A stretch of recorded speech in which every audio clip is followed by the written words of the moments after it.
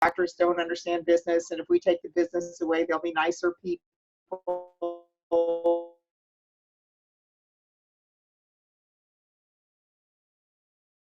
It was a needed service, and I was the only person in my community that was offering it. And within a few years, we had, I think, more than 100 doctors under management, and I was exhausted and stressed, and I had sort of picked up my doctor's worst habits without realizing it. And, you know, I was working long hours, and I was trying to be a community person and a mother of a preteen daughter and a wife and a could do my employees and building a business. And I just thought, what have I done to myself? This is crazy. I need to get out of this business. And at that very moment, when I was having those thoughts, a friend of mine called me and said, oh, there's a new doctor in town, and you know, I'd really like you to help him. He really needs help with the business part of his practice. He's terrible at business, but he's very, very successful with his patients. And he really, his wife's pregnant, and he has no cash flow at all. And so I was like, no, I don't want to meet any new doctors. And the guy put up a big argument, but he persuaded me, just go meet the person. So that's how I met Bill Pettit. And Bill had just started a psychiatric practice in Bradenton after being in Miami at what was then the place where everybody went for training with Roger Mills in the 3 principles. But I didn't know anything about that. And when I found out I was going to meet a psychiatrist, I really was ready to kill the person that was taking me to this meeting, because I had 8 other psychiatrists under management, and they were just so difficult. And I was like, oh God, not another one. And but then I met Bill, and he's the only happy doctor I'd ever met. He was he had no money, had nothing going right in his practice, and all these business problems. He was happy as a clam, loved his work, loved his patients, loved life, you know, and he just figured somebody would help him. And I was shocked at his lightheartedness and his absolute certainty that it would all work out somehow, because most of the people that I worked with were pretty cynical, and they never expected anything to work out. And even when it was working out, it could always, in their minds, have worked out better. So so I was intrigued, and I thought, he must have some kind of really cool drug. That's what I thought at the time. I was thinking, like, I want it, you know.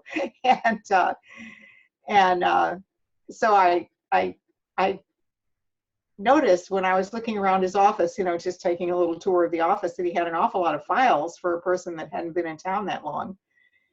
Because most of the psychiatrists that I knew had a limited number of files, and they saw the same people for 10, 12, 15 years. And, you know, Bill had more files than any of my other psychiatrists.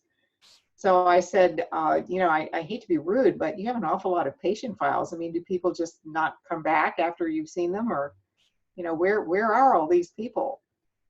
And he looks at me kind of funny, and he says, well, I assume they're having a nice life. And I was like, having a nice life? I mean, aren't you a psychiatrist? And he said, yeah. And I said, well, I don't know any psychiatrists that say their patients are having a nice life. They say, you know, they're managing better on drugs, or they're not killing their kids, or they're, you know, we've kept them out of jail, or somehow they're bumbling along on the right meds. But, you know, I've never heard anybody say that their patients are having a nice life. And Bill looked at me kind of funny. He said, well, isn't that the point? And I said, well, of course it's the point, but that doesn't mean anybody does it. And he just starts laughing, and he says, oh, I guess Dick, that was our mutual friend, I guess Dick didn't tell you that I don't do traditional psychiatry. And I said, no, he didn't tell me anything. And Bill just started laughing. He said, well, I don't do what other people do. And then he explained that he was working in this new, at that time it was so new, there were like 50 other people that had ever heard of it in the whole world. And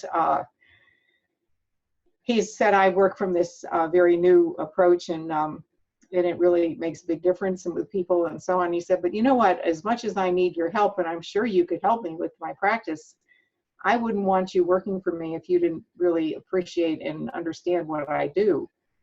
And it turned out that he did a group for his patients, family and friends, anybody that they were close to, because people were shocked when their loved one returned to them and was normal and fine and happy, well, better than what they would have called normal.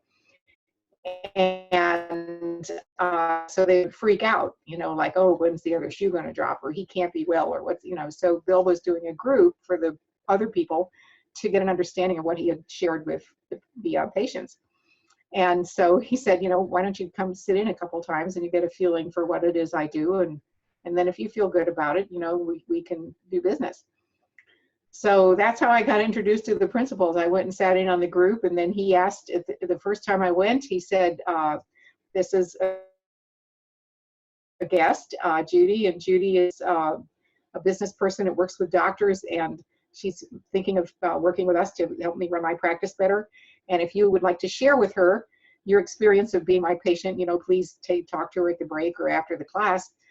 And I didn't think anyone would talk to me, and people were lining up because they all, just to put it as succinctly, I'm not going to tell you stories and take a lot of time, but what I noticed after listening to these people is three things. One, they gave Bill no credit whatsoever. Nobody said, oh, he's such a wonderful doctor, which is usually what people do. They were like, yeah, he's really nice. But, then they would give themselves credit. They would say, but, somehow in the course of talking to him, I had this incredible insight. And I realized that, and whatever it was they realized, they would tell me. And it was usually something like, I realized that I've been beating myself up my whole life and having all these thoughts that I didn't have to give my peace of mind away to those thoughts, and simple stuff.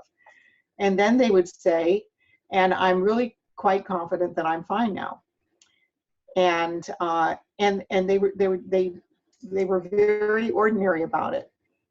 So I was thinking, boy, this is really unusual, So I remember saying to Bill after the second time I went, I said, your patients don't seem to think you're doing anything, because they all say to me, it's really nothing to do with him. I had this insight. And he just smiled like a big Cheshire cat grin, and he said, oh, that's wonderful. And I'm like, what kind of doctor is this? Where's the ego? And I said, it's wonderful. And he said, yeah. He said, it doesn't have anything to do with me, because they were healthy in the first place. They just didn't know it. And that's my point, is for them to start to see that for themselves. It's nothing to do with me. I can't fix anybody. And I was, at that point, completely baffled, but I really, really wanted to find out more. And so I kept going back to these groups, and unbeknownst to me, I was changing, because I wasn't even trying. I was just listening, to people talk, and it was uplifting, and, it was fun. And after about the fourth group, I noticed that my attitude towards my business was completely different. I wasn't depressed anymore. I wasn't dreading going to work. And I started to see my clients with a different level of compassion and caring. And I started realizing that they were just calling me in a low mood. I remember I had this huge insight. The funny one that I had was I was paying for lunch with my MasterCard, and the lady handed it back to me upside down. And I noticed in bold numbers on the back there was an 800 number, which I had never noticed before. And I looked at that number and I thought, gee, I've never called that number. And then I thought, well, why would I? The MasterCard always works, why would I have called the 800 number? And then I had this insight. Well, Judy, the reason your clients are always mad and upset and nasty to you when they call is because you're the 800 number. They only call you when something, they didn't hire you, so they could chat with you. They hired you because they assumed everything would be running smoothly, and they only call you when they're upset about something. When I realized that, I saw how funny that was, and I saw the innocence, and I just stopped taking it personally altogether and realized, oh yeah, I'm the 800 number for my clients. And it was things like that, little dumb stuff. I have to say, my original insights were a series of little dumb things that changed my life. Like I had the little dumb insight that I was sleep deprived, which I was, because I was staying up too late and getting up too early. And I started sleeping more, and I felt much better. I mean, it's that goofy, but that's whatever works, So within a few months, I had done a deal with Bill that for the first year we would barter, and he would do his best to find ways to include me and my staff in learning from him, like when he gave talks or if he was going to make videos or whatever. And we would get his practice back on track and get some cash flow going and collect some of these receivables. And when he had money, then we'd start a contract, when he could afford to pay us. So that's how I got involved in the principals. And we've been very close friends ever since. And that's my story in a nutshell. I never thought I would do anything more than just be a better person. My the first year or two that I was doing this, I was just enthralled with how much better my business was going and how my staff was so happy, and that, client service was going really well, and the clients were much more cheerful, and, just the whole sort of psychological environment was so much nicer that I just assumed that I would just stay home and run a better business and maybe do some lunch and learns at the Chamber of Commerce or something, and, and not make anything of this new thing. But I over time, when I really realized, actually clients started coming to me for help with things. They would say, I don't know what it is that but, they would come and they would ask me to do things like talk to their kids, is way far outside of the realm of being a business manager for a practice. And then I started really, I guess I just started realizing that this was bigger than just having a nice life. It was nice to have a nice life, but there were so many people that weren't having a nice life that I started thinking, maybe I could help with that. Maybe I should look at this a little differently. And through Bill, I had met the other 60 people in the world that had ever heard of the principles. We had a conference and we had 60 people there. We were like, yay, that's so exciting,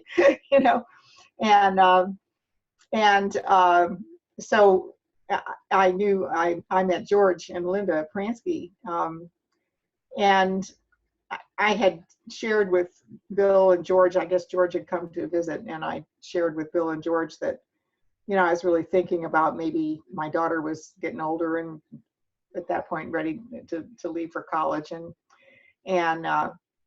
maybe I would commit myself to doing something more with the principals.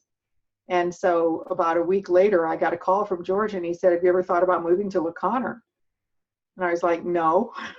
It's like I'm living in Florida. You couldn't be any farther from LaConner, Washington. And he said, well, it was just an idea. I just thought maybe you'd like to do that. If you want to, just give me a call. So about a week after that, I called him back and I said, okay, I'm coming to LaConner. I had no idea what I'd be doing, or I put my house on the market and my daughter left for college, and I put my stuff in the car and drove to LaConner. And I was out there for almost 10 years, worked with George and Linda, and did a lot of work in the West Coast. And, and then we started working with West Virginia University School of Medicine, had started to send people out to intensives. And I got to know the leadership team as they were coming out, and I was usually involved in the weekends that they were there. And the next thing you know, the dean invited me to join the faculty of the medical school, which is how I ended up getting a doctoral degree in psychology, because it would have been tacky to be on the faculty of a medical school with a master's degree in linguistics, which is what I had at the time. And so I thought, and I told him, I said, I don't even have a doctoral degree. How can you put me on the faculty of a medical school? And he said, well, for one thing, I'm the dean. And for a second thing, there isn't a degree in your work. So one of the things that you might want to think about is creating that opportunity. And he said, you can come and go back to school if you want to. So that's what I did. I moved to Morgantown, West Virginia, and joined the faculty of the medical school and enrolled in my PhD program immediately. And so, and it was fun. I was there for almost 13 years, and now I'm here. So that's my story. I've done a lot of work. You've done some work, yeah. Yeah. I will tell you, just your conversation right now, I have people writing that the 1-800 number story you just said has given them insights. Yeah, good. I actually like the story that you mentioned, which I've noticed in our community. The teachers in our community are a lot different than strategy-based teachers in the sense that they're not doing the song and dance in hopes that you get an insight. In other Yeah, words, it's almost like even you with you speaking, like you're the facilitator. You're just there to share something which I feel almost everyone already knows inside.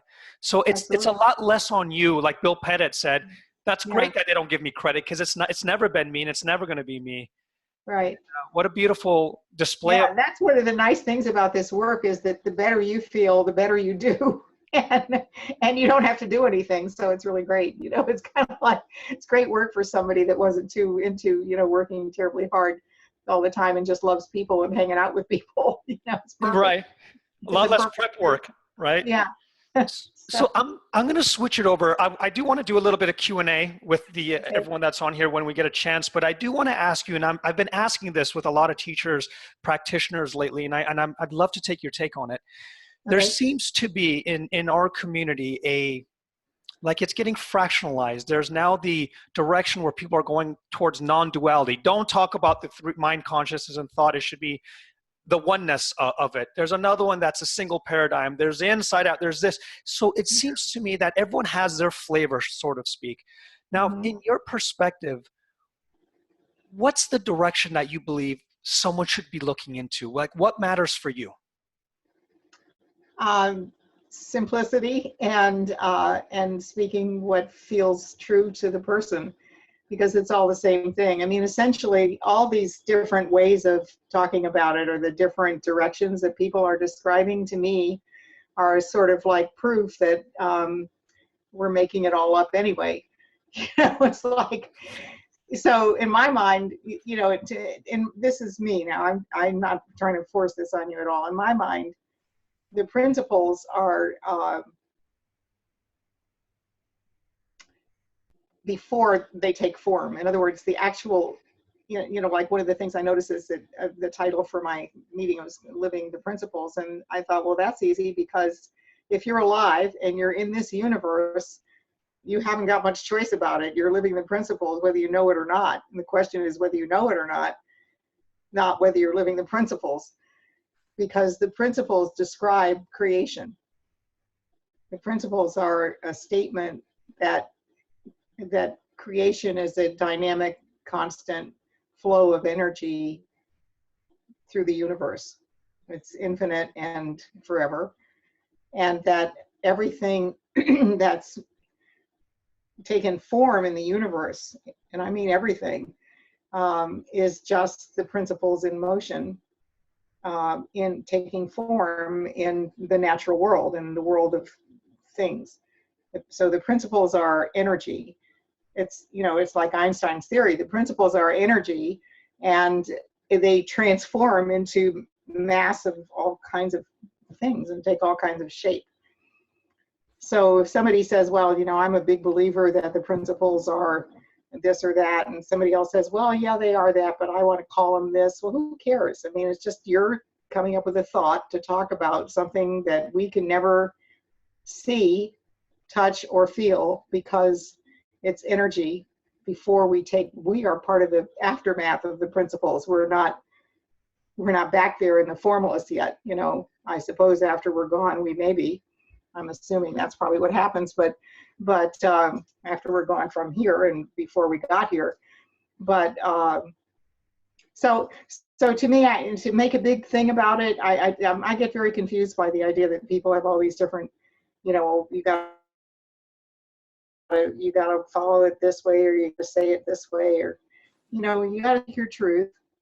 And to me, it's very simple. There's the formalist and there's form, and the formalist is always a flow of energy that is morphing into form, and then forms dissolve and return to the formalist. And so if you look at it as kind of an infinite loop, the principles just are a statement that creation is always happening and we're part of it, and we create our own experience. That's our part of it, is to create our experience of life in this body that we have in this time. That was I don't actually That was absolutely brilliant. We have people on the chat saying, yeah, that was brilliant. I agree. And Yeah. while you were talking, what metaphor came for me is I'm looking at, you have a lamp behind you, and Mhm. it's like the electricity is in your room. And once it takes form, it could light up a lamp, it could light up a television, it could light up, your cell phone, but in its pure form, it's just everywhere. And once it connects to something in form, it can do certain things. And it's not Right. intrinsically good or bad. It can also light up, I guess, a The gas chamber. gas Yeah. chamber. Exactly. Right. Exactly. So in its pure potential, it's able to do whatever it needs to do once it connects to that form. That's a Right. brilliant way to put it. And And I guess, and I think to see it, Amir, I think the most important thing for people to see is that if you complicate it and you find yourself lost in trying to sort it out, you're in your intellect in the world of form, and it's like putting a puzzle together. It's like there's a zillion pieces and you have to sort out which ones are the sky. It just takes forever. Whereas, if you just go back and remember that all of these little individual pieces originally were a picture, and you look at the cover on the box, you realize, oh, that's what it is. It's going to be a farm and a field with a sky, and the principles are just that simple. They're just the simple. And I remember people were asking me, a client was asking me yesterday that, was confused about the idea that so many people keep saying, well, Sid used to say there's really only one principle, but, we talk about the three principles. And why is that? And the fact is that before the formation of form, there is no form. If it's formless, there's not three of it. So once the principles enter, the energy enters the world of form, then you can talk about mind, thought, and consciousness. So that's breaking it down so that we can explain human psychology or animal psychology or the consciousness of all things. I don't know, we don't know enough about how trees talk and everything, but I know that they probably do. But nonetheless, in the formless, there couldn't be more than one principle. I mean, think about it. There really can't even be one. There's just like everything. So, don't let yourself get confused with this stuff. When you step back and you look for the deeper logic, it makes perfect sense. yeah, that is actually very simple the way you just put it. And with that being said, yeah, I guess in the formless, there could be 3, 5, or 10, or 1, or whatever. It's we're in a sense, we're trying to, anything that comes out of our mouth, in a sense, simply becomes a metaphor about what we're talking about. Right. That's exactly. all it is. It's just a metaphor at the end of the day. That's right. And so everyone has their own flavor of metaphor in that sense, and don't get bogged down by that metaphor. Yeah, and so, I always say, listen to people that bring you a beautiful feeling, that share with you a beautiful feeling, and that are living in a state that, as Sid, the best chapter for people to start with in The Missing Link, and I often tell them to start that, is selecting a teacher. When you ask the question, is my teacher happy? Yeah. That's a great question, because if your teacher's not happy, how the hell are they going to explain to you how to be happy? So it's not going to work out too well, So, you have to talk about what you know. And if you don't know peace of mind and happiness and, the nature of joy and all these things that are natural to an understanding of how life works, then it's very hard to imagine yourself explaining them to someone as much as you might want to. So that's the best part about the principles. As people get engaged and involved, the first person you take care of is yourself. Yeah. Because the better you feel, the better you do. So I love that. Yeah. And we have a question. Are you open to some questions while we're dialoguing? Oh, absolutely. Ask me anything. If I can't answer it, I'll be the first to admit it. Perfect. And that before I get Sia, did I get where are you? Sia, if you're unmuted, go ahead and let me know. But before I get to Sia, what you just said is another thing that I really enjoy with the freedom I have with the principles. It's not your responsibility to have all the answers. It's the thing that I really because I work at a recovery center, right? And Uh-huh. one of the things I've realized is that instead of me coming in as a teacher, it's a unification, it's an exploration within all of us. So it's for that 2 hours I work with people, they're not an addict and I'm not a teacher. It's we're all looking in the same place, from place of humanity, from this place of creativity that we are, God given, or whoever gave it to us. So that's absolutely brilliant as well. Let me get Sia on the line. Sia, are you? Yes, I am unmuted. All right, perfect. Go for it. Oh, hello, Amir John. Thank you. Hello. Good to see you. Salam Baba. Yes, Judith, thank you very much for that. My question goes back to what you said with regards to creation and recreation, and formless turning into form, as we've learned, like people thought they could come up. But then with regards to form going into formless, could you speak a bit more to that, please? Well, I guess all I can say is that everything that is in form eventually turns into something else and eventually dissolves somehow. You know what I'm saying? It's like ashes to ashes, dust to dust, but which is, easy to say. But if you think about it, everything that we know of, including stars and galaxies and mountains and oceans, comes and goes, but it's not on our time scale. It'd be easy for me to say, well, yeah, you proved to me that a mountain, could eventually someday be underneath the ocean. Well, I can't prove to you that it will be, but I can prove to you by studying geology that they used to be, that it's happened. That if you really understand the universe, that it's in constant change. Everything's moving, everything is dynamic, and nothing stays the same, including us. And that as the creative process is the flux of the coming and going of forms and formless. It's like an eternal movie.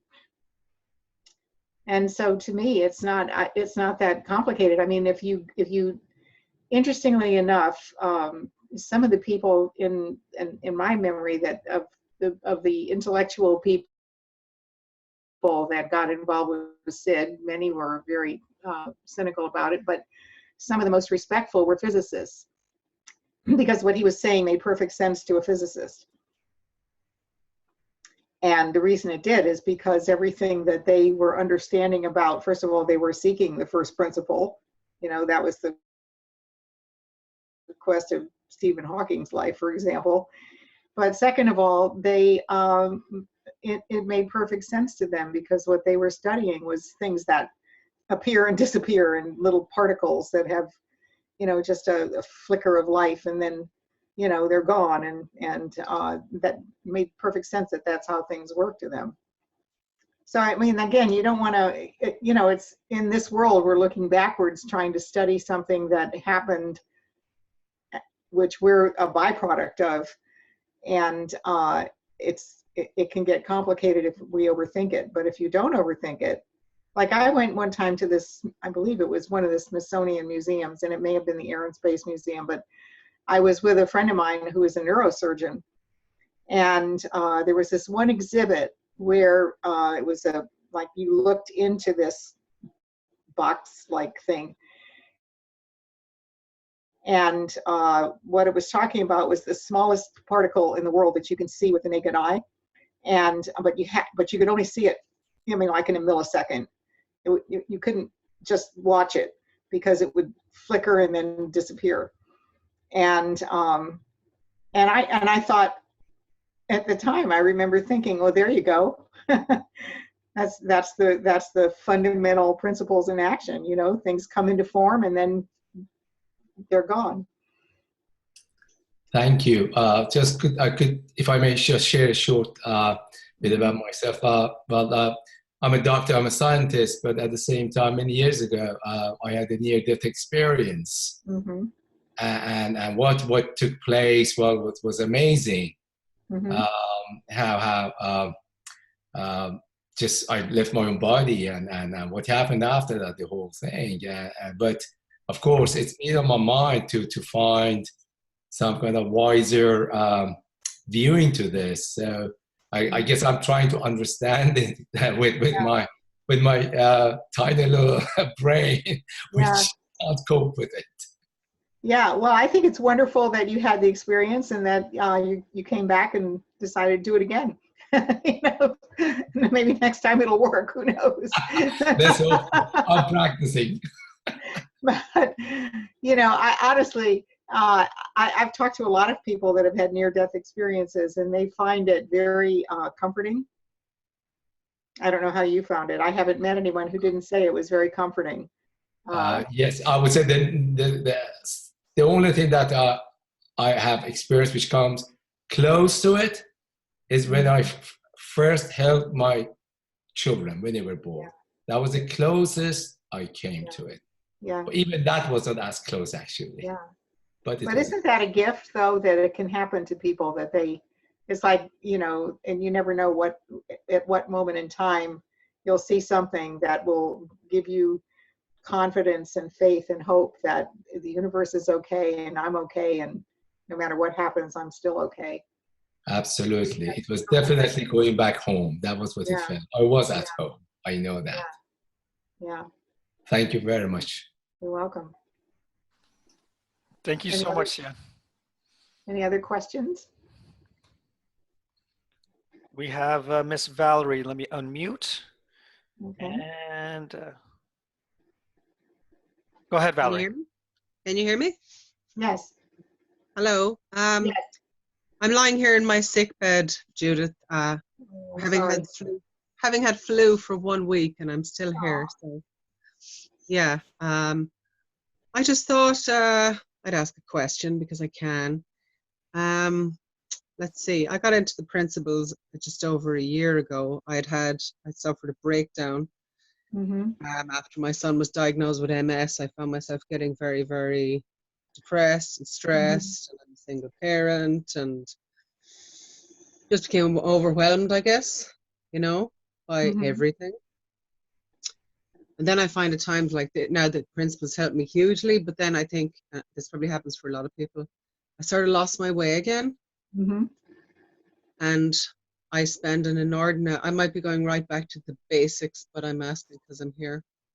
I spend an inordinate amount of time ruminating on the what ifs and the why, and if I hadn't broken up with their dad, maybe he wouldn't have gotten MS. My life would be so different. And so, yeah, it just occurred to me that I could ask you something. Yeah. So what would you like to know? How to stop doing that, because I know that it's my thinking, and I know that I'm creating my own misery, and yet I know that you can't stop the thoughts. Yeah, you can ignore them, though. You can't stop them, but you know, it's like you know, the best example, and I give these simple examples. I hope you'll forgive me. I'm not trying to trivialize the experience, but sometimes just ordinary day-to-day examples are, you know, helpful to people. So, you know, for example, the other day, I was watching a Sunday news show, and then it ended and the next one came on, and I was cleaning my house and I just had the TV on in the background. Well, I was very interested in the first one, and so I kept like turning off the vacuum and things like that if somebody got to a subject that I was really interested in. And when the second one came on, I just kept cleaning. I wasn't that interested in it, and I never really saw it. It was on, it was playing in the living room. I could see it, but I was busy doing something else, and my mind was just, you know, aware that that scene was playing out on my television, but I wasn't that excited about it, and I didn't pay attention to it.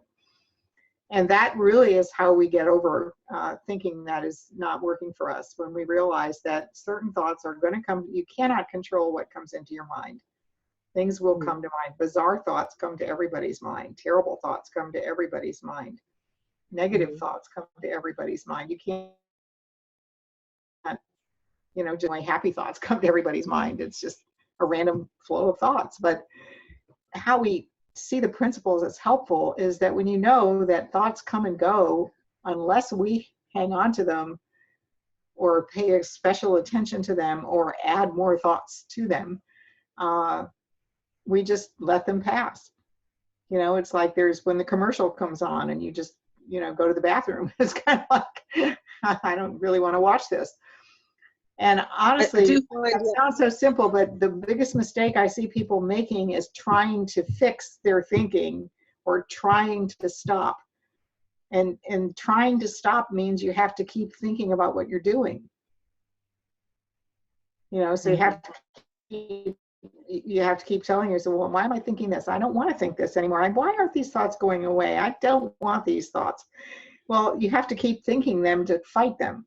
You know, if they weren't there, you couldn't fight them. But if you just let them be there and let your mind drift around, they will pass naturally. It's having faith that thought is a dynamic process, and no thought is forever. The thoughts only stick around as long as you're focused on them.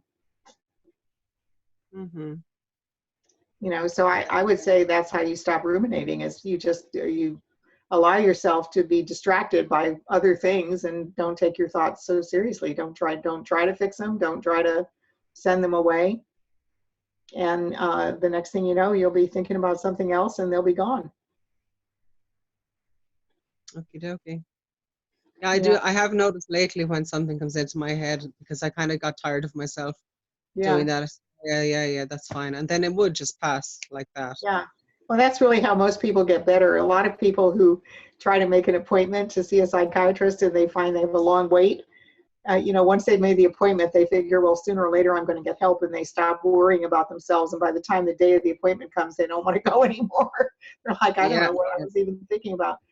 Yeah. Yeah, I've often found that. You go in and they're like, yeah, I'm fine today. So. Yeah, right. Yeah. So trust that. You have to, that's kind of what we need to just realize, that is our natural, it's natural to us not to suffer. We were really not born to suffer, but we have the ability to cause suffering and to get worried about suffering and to hang on to suffering. And, but it's not natural. It's a learned, it's an acquired, I guess, pattern of thought. And the same mind that brought you the suffering can leave it alone. True.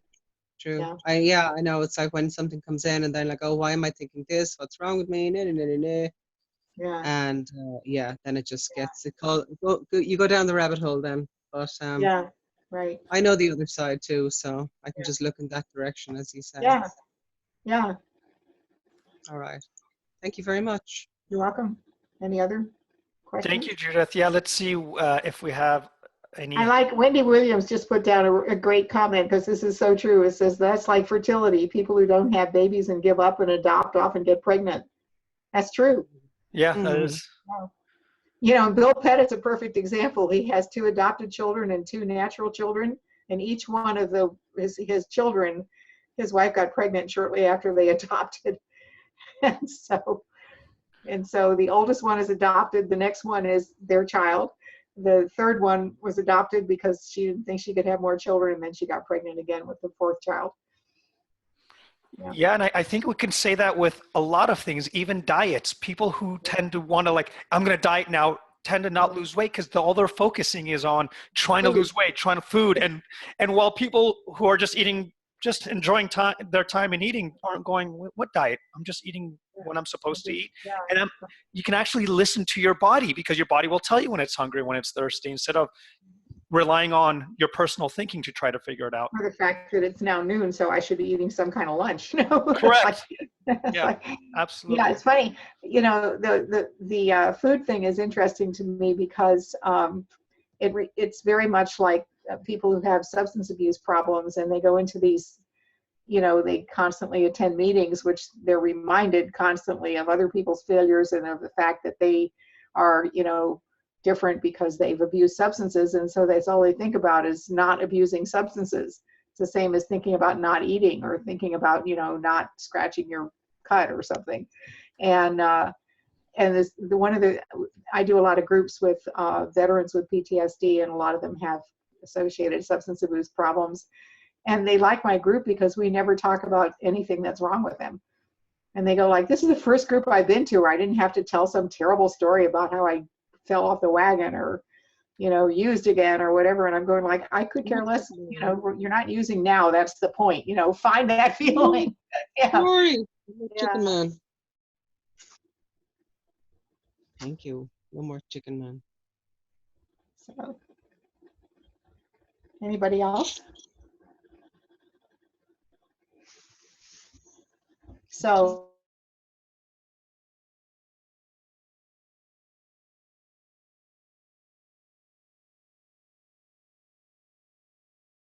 hold on 1 second, Judy. I am trying to unmute you. Let me find you real quick. Oh, you got it. Okay, good. Yeah, I got it.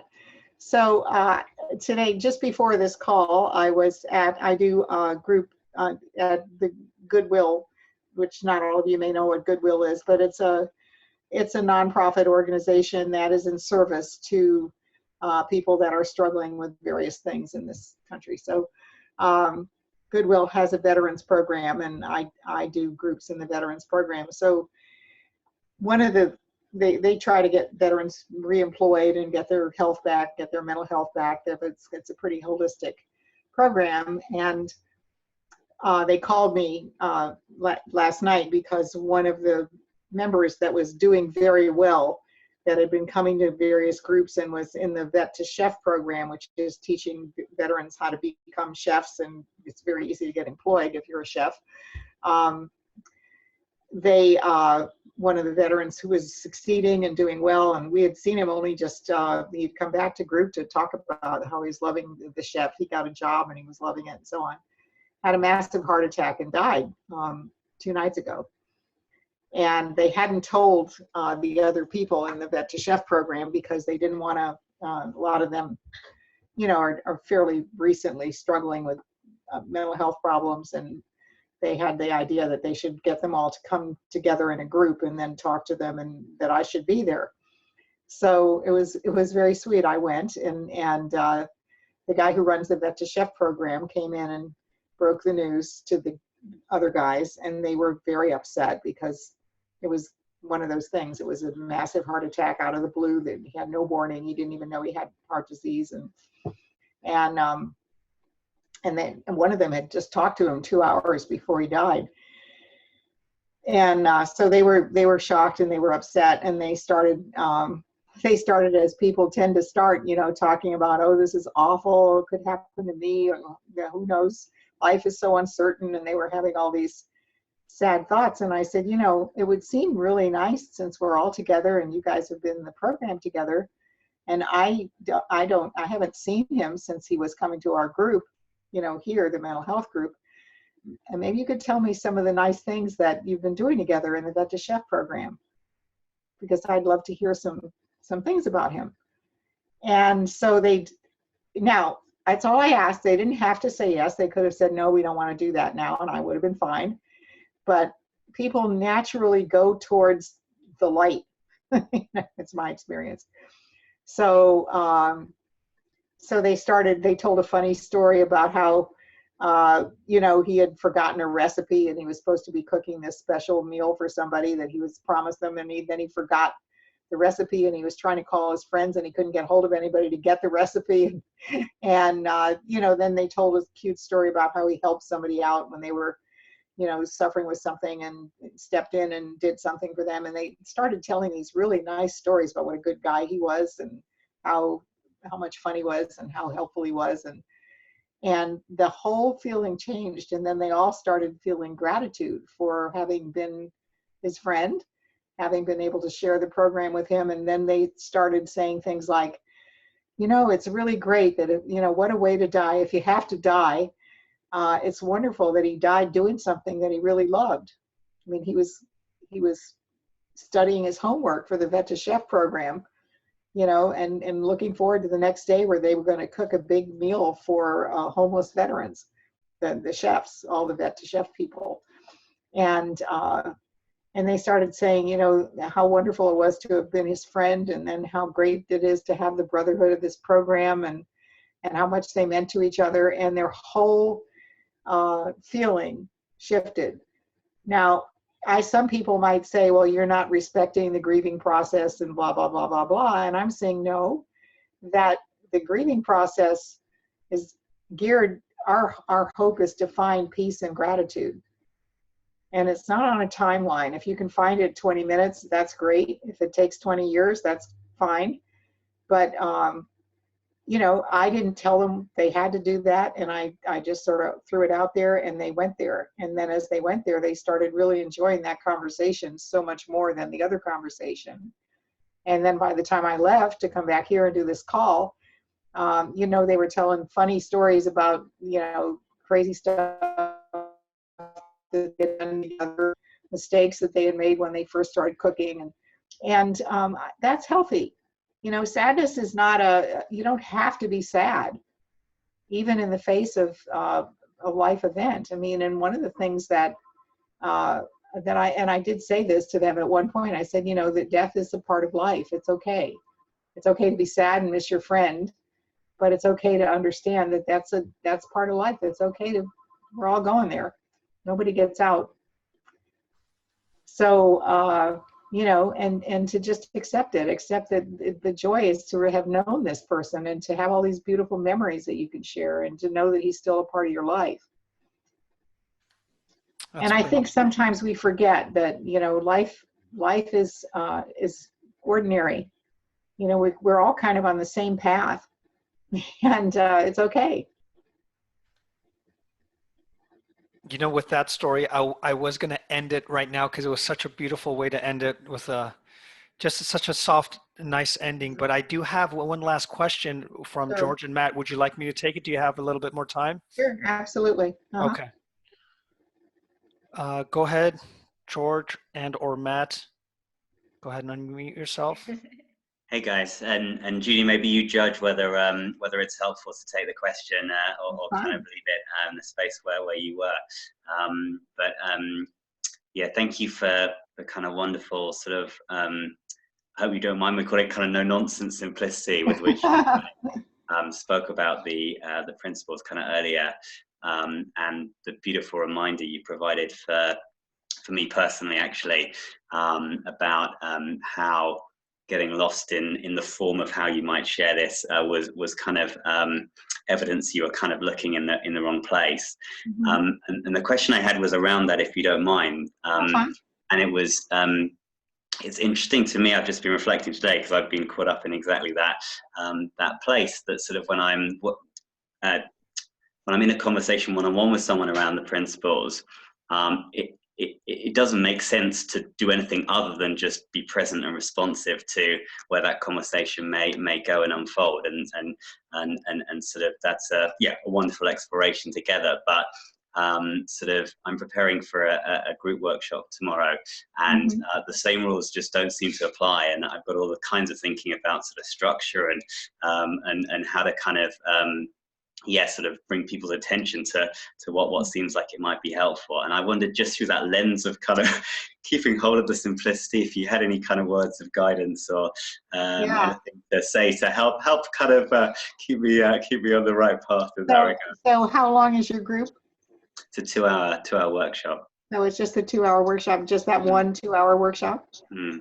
Well, 2 hours goes by very fast, first of all, but you know, my tendency is to trust that people in the group will tell me where to go. And you can't, you know, the one thing what we don't want to do, and we try not to do, is to go in and say, hi, I'm a principles practitioner. You probably don't know about the principles, but I'm here to explain to you about these 3 wonderful principles and how they explain everything, and blah, blah, blah, blah, blah, and give them a handout or something. And, you know, and I taught this in graduate school, so I created curriculum, but it was real different from what you'd usually see. But in doing something like a group, my tendency is to say, go in there with love in your heart and the feeling of service, and ask them, you know, what's up for you? You know, what are you interested in? What puzzles you about life? What are some of the things that that don't make sense to you, that you wish you had a clearer understanding of? Anything. I mean, those are just my questions. You could ask them any question you wanted to, but people, you know, somebody will ask a question, and the next thing you know, you're off to the races. You know, somebody else will ask another question and another one, and then the 2 hours is over and you have actually spoken. You've been engaged in dialogue, talking to people about something they wanted to talk about, and still talking about what you want to talk about, because everything that we respond is going to be grounded in an understanding of how we create reality. So I wouldn't work I'm not a big believer in over preparation. When I was teaching graduate school, I had to do a lot of preparation because I couldn't have gotten my curriculum through the faculty senate if I didn't have a lot of journal articles and stuff in there. So what I had pretty much was we're current neuroscience reading juxtaposed with, what if it was really simpler than this? Is there a simpler, deeper explanation? And that worked out, because by the time they read the articles to prepare for class and came to class, they were really relieved that they didn't have to discuss them in great detail. And so anyway, it all worked out. But again, honestly, in life, if you could just be happy to be there, and be happy that, I get another 2 hours with people. It's so exciting. They're great. I love people, and just love them and let them lead you where they want to go. That's I'm sorry if that's bad advice, but that's my advice. So I'll let you know tomorrow. So. Well, for those that are on the call, you guys don't know that Judith and I spent 3 hours preparing for this webinar. If that will give you any indication, you're really screwed tomorrow. No, you're fine. Yeah, I know. It's why the fuck it's the principles, right? Right. And that's what I was mentioning in the beginning. The only thing I'm up against is I'm going to speak to another human being for an hour. Like, that's it. Yeah. And whatever comes from that, to me, is going to be beautiful. It's going to show up as it's going to show up. So that's one thing that we've got all going for us. Plus, you're very good at articulating stuff that I can't really articulate. So, and with that being said, Miss Judith, our time is actually up, and it went by. That was an hour. We could have done another hour and it'd been just as fine. But well, maybe some other time. That was my next question: is would you be open and willing to come back again? Sure. Okay. And how can people find you, or about you and what you're up to? I'll put my website in the chat. And I'll put it up in my group as well once we're done. I hope it came out right. www.3principles.com.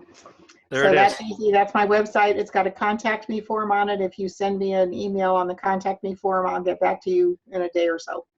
Perfect. And do you work with people? Facebook. Or on Facebook? Yeah, you're good with Facebook too. Do you work with people one-on-one? I do, and mostly on Zoom, and and locally I do, but I do. And I'm trying to focus more now on working with people that want to mentor other people, rather than working with clients specifically, although I do that too, because I really, all of us, as Amy Mills calls us, the elders, which is kind of appalling, but anyway, we've all kind of gotten together and thought, we should do our very best to mentor the next coming generations before we're all gone. So, we're kind of committing to that more than pay more attention to that. And I was actually thinking of starting a kind of a webinar series, like, do you want to talk about the principles to other people, kind of thing. Of course, the people might not like it, because my message would be, don't talk about the principles. That would be a very quick program. That'll be a very short program. Right. And do you have a book coming out? I heard from a mouse. No, is that true? I don't. I've never put anything together in a book, and people yell at me about that all the time, but I always feel like I write a blog, and if I go back and read my old blogs, all of which are on my website, embarrassingly, you can go back in time forever.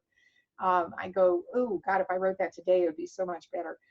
So I've never really put a book together because I don't feel like I know enough yet. So I'm still learning. We'll see. Maybe Awesome. Someday.